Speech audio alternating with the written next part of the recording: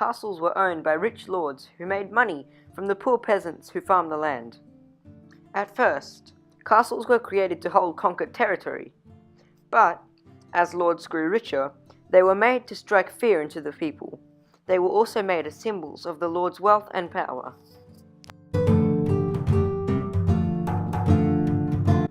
As castles symbolized territory, they were constantly under attack from enemies who wanted to steal the lord's land, so castles had to evolve to become stronger and more tactical. One new development was thick walls, between 8 and 20 feet, to withstand hits from battering rams. Castle towers also changed over time to become more stable, although even this wasn't reliable. Enemies could dig under the towers and set the foundations on fire, which would topple the whole tower over. This tactic was called undermining. Then round towers were created and fixed some of these issues. They were a big development, as airborne attacks bounced harmlessly off the walls. However, this was hard to engineer. Round towers were also invulnerable to undermining.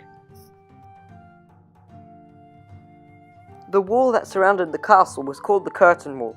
This also developed to become stronger and to support the interior of the castle. There were intersections in the curtain wall with towers for watching for invaders. The most important modification to the curtain wall was the invention of the gatehouse. When castles were first created, the gatehouse was a simple way to get in and out of the castle. However, as enemies began to force their way in through the gatehouse, they became the castle's main defense point and were equipped with defensive techniques.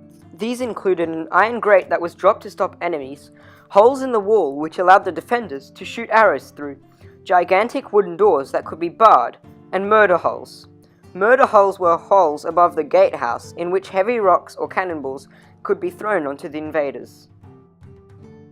One of the most commonly known defenses is the moat and the drawbridge. The moat was a deep area filled with water all the way around the castle. The only way across the moat was the drawbridge, a supported wooden bridge that could be lowered or lifted depending on what was the need.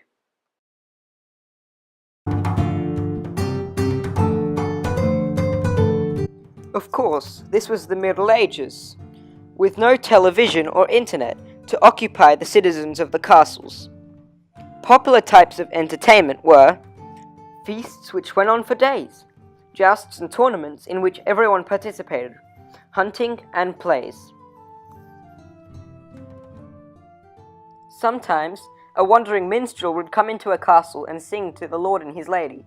These minstrels were greatly appreciated, as music was hard to come by in the Middle Ages.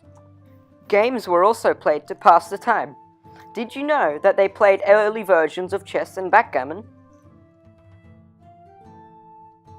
Outdoor entertainment was archery, golf, the grandfather of golf, hammer throwing, skittles, the first 10-pin bowling, and wrestling.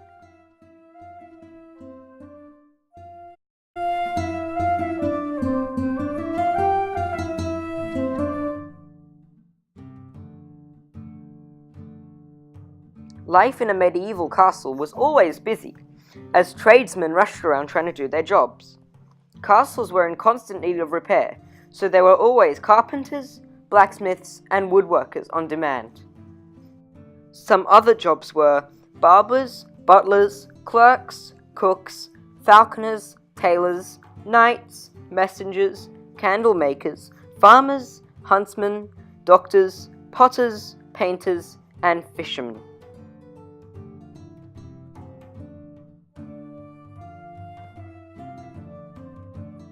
Probably one of the most well-known castles from the Middle Ages is Alnwick Castle.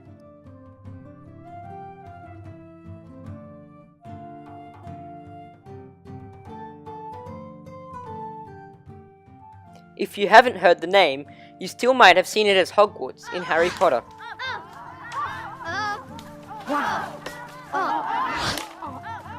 Alnwick Castle is a popular tourist attraction and has been restored many times.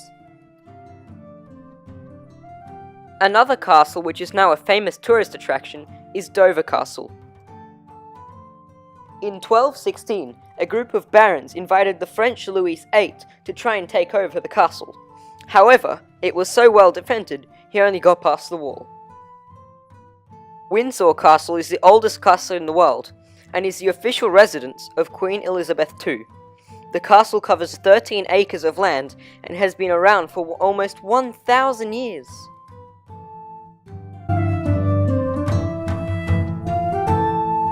Castles had stood strong for hundreds of years, adapting to the new weapons that civilization created, but then it was the age of the cannon.